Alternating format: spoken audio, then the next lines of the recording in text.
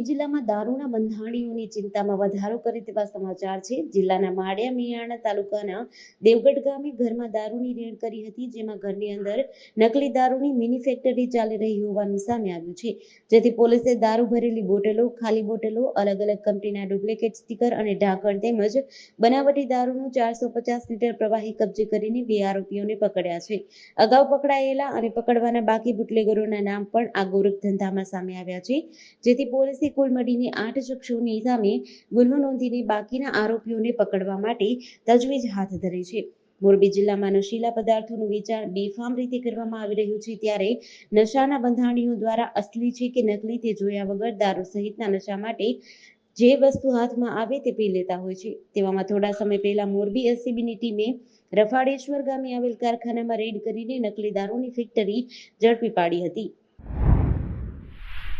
જમ્મુ કાશ્મીરમાં ભારે વરસાદના કારણે શનિવારે અમરનાથ યાત્રા રોકી દેવામાં આવી છે। પહેલગામ અને બાલતાલ બંને માર્ગોથી પવિત્ર ગુફા તરફ જતા રસ્તાઓ બંધ કરાયા છે। મુસાફરોને તેમના બેઝ કેમ્પમાં પાછા મોકલવામાં આવી રહ્યા છે। હવામાનમાં સુધારો થયા બાદ મુસાફરોને આગળ જવા દેવામાં આવશે।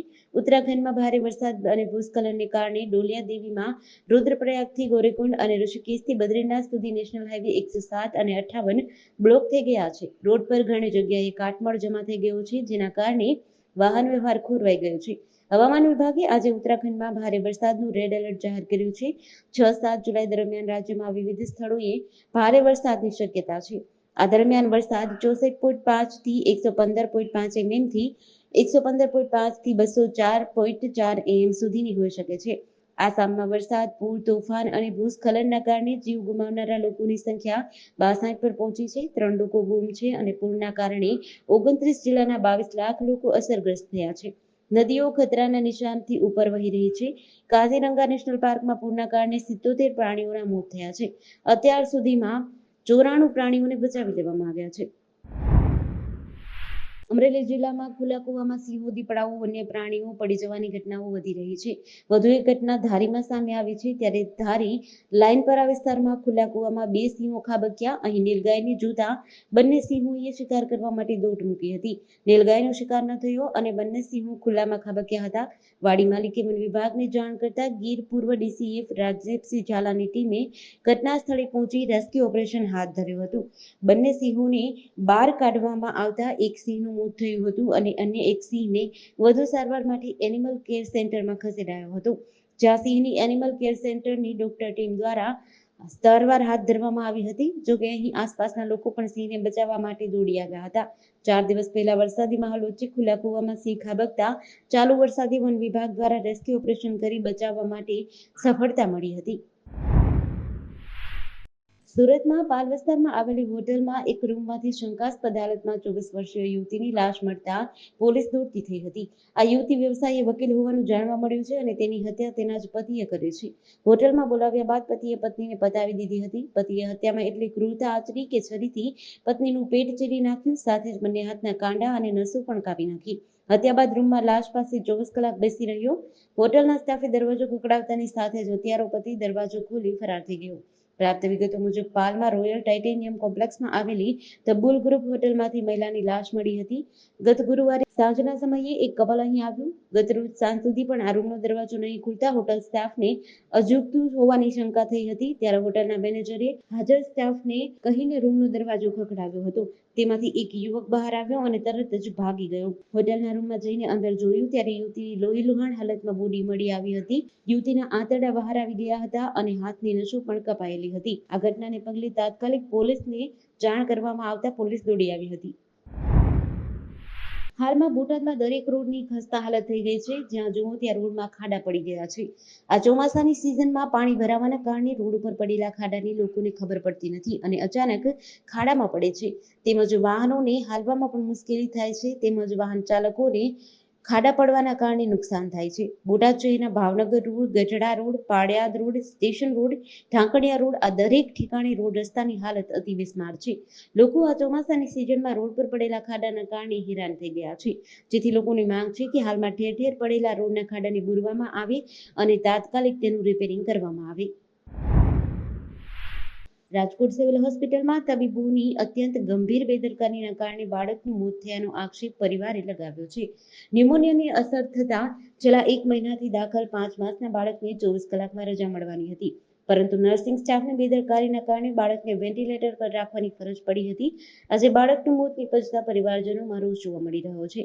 ગોંડલના કારખાનામાં મજૂરી કામ કરતા બિરેન્દ્ર કુશવાહાના 5 મહિનાના પુત્ર રાજને શરદી ઉધરસની સમસ્યા રહેતા દવા લીધી હતી, જે બાદ ન્યુમોનિયાની અસર જણાતા રાજકોટ સિવિલે લઈ ગયા હતા, જ્યાં ન્યુમોનિયાની સાથે ટીબીની અસર પણ હોવાનું નિદાન થયું હતું, જેથી રાજને ઝનાના હોસ્પિટલમાં દાખલ કરવામાં આવ્યો. આજે વહેલી સવારે મોત નિપજતા શ્રમિક પરિવારમાં ગમગીની છવાઈ ગઈ હતી.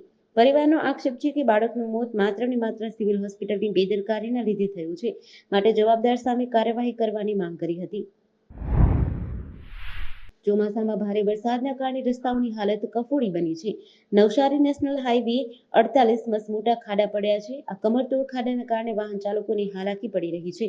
હાઈવે ઓથોરિટી દ્વારા હાઈવે પર ખાડા ન પુરાતા વાહન ચાલકો સાવચેતીપૂર્વક અને ધીમે વાહન હંકારવા મજબૂર બન્યા છે.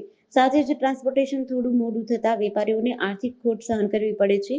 નવસારી ગુજરાતમાં ચોમાસામાં પડતા વરસાદને પગલે રસ્તાઓની હાલત બિસ્માર થઈ ગઈ છે, પરંતુ આ વર્ષે નેશનલ હાઈવે 48 પર ઉનગામ સહિત ખડસુપા પાસેથી સૌથી વધુ ખાડા પડતા વાહન ચાલકો ત્રાહિમામ પોકારી ઉઠ્યા છે.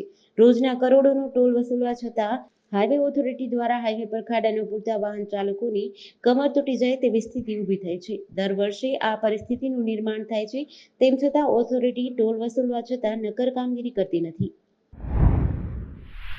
ગોધરા તાલુકાના સાંભલી ગામે એક સગીર વયની યુવતી પોતાના પિતાના ઘરેથી ગાયો ભેંસો ચરાવવા માટે ગામના સીમાડે આવેલા ખેતરમાં ગઈ હતી, જ્યાં ગાયો ભેંસો પરત પોતાના ઘરે આવી ગયા, પરંતુ મોડી સાંજ સુધી યુવતી ઘરે ન આવતા પરિવારના લોકોને ચિંતા થઈ, જેથી યુવતીને નાની બેન જે બાજુ ગાય ભેંસો ચરાવતી હતી તે બાજુ શોધખોળ કરવા ગઈ, જ્યાં યુવતી ગળાખાંસો ખાધેલી હાલતમાં એક ઝાડની નીચે પડી હતી, જેથી યુવતીની નાની બહેને તાત્કાલિક પોતાના ઘરે જઈ પરિવારના સભ્યોને જાણ કરી. ગ્રામજનો સાથે પરિવારના સભ્યો પણ દોડી આવ્યા અને સગીર વયની યુવતીને ગોધરા સિવિલ હોસ્પિટલે પીએમ અર્થે મોકલી આપવામાં આવી. બીજી બાજુ પરિવારના સભ્યો સહિત માતા પિતાનો આક્ષેપ છે કે પોતાની દીકરી ગળાફાંસો ખાઈને મરે તેમ નથી, પરંતુ કોઈએ મારી નાખી છે.